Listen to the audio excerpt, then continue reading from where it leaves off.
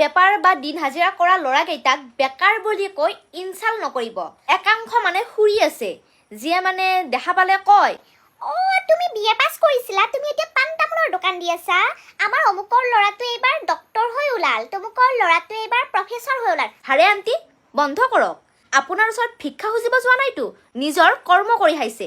আৰু বিপদৰ সময়ত আপোনাৰ সেই ডক্তৰজন আপোনাক চাবৰ কাৰণে নাহে।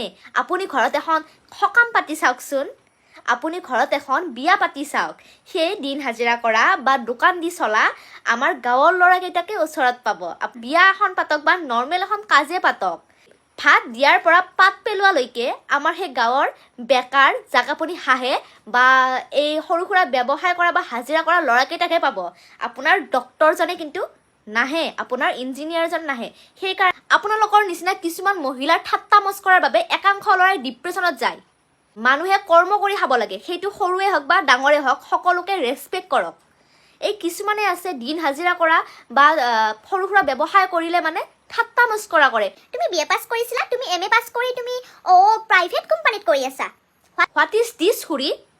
বন্ধ কৰক এইবোৰ।